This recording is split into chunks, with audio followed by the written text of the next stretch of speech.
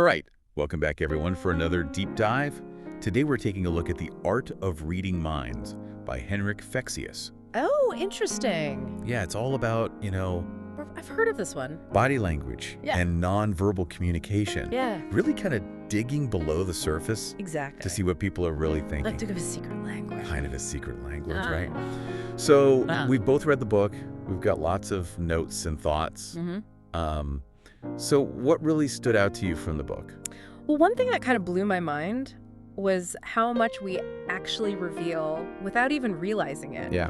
It's like we think we're in control, but our body language just spills the beans. It's like a constant stream of subconscious commentary, right? Exactly, and it's rooted in our evolutionary past. You Right. know, before we even had language, we relied on nonverbal cues to survive.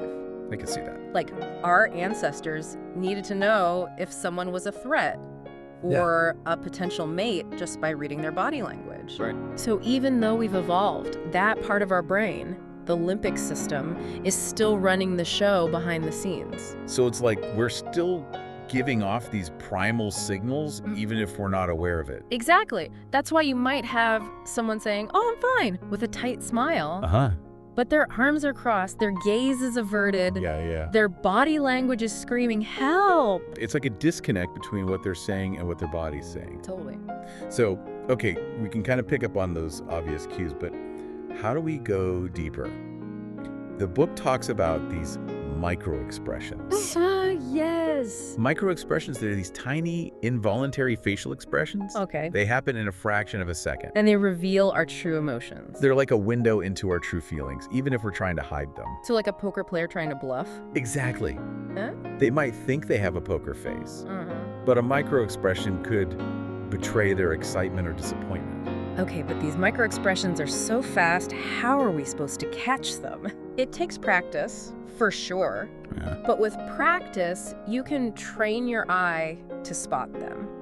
And it can be incredibly valuable, not just for poker, Right. but in any situation where you need to read people accurately. So it's like catching a glimpse behind the curtain, seeing the true emotion before the mask goes back on. Exactly. Fascinating. Okay, so there's the face. But the book also talks about the eyes being windows to the mind.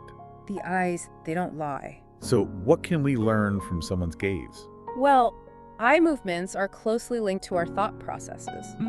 For instance, if you ask someone to recall a memory, Uh-huh. they might look up and to the left, indicating they're accessing visual memories. Really? But if they're making something up, they might look up and to the right, Oh, interesting. suggesting they're constructing something new. So if someone's eyes are darting around, it could mean they're trying to process information or even come up with an answer on the spot. Absolutely. It's like watching their brain work in real time. That's wild. Yeah. But it sounds like we need to be careful about oversimplifying, right? Right. Context is always key. Okay. Eye movements alone don't tell the whole story. So it's like putting together a puzzle, Exactly. looking for patterns and clues from all the different nonverbal signals. That's a great analogy. Now, I'm also curious about gestures. Uh-huh.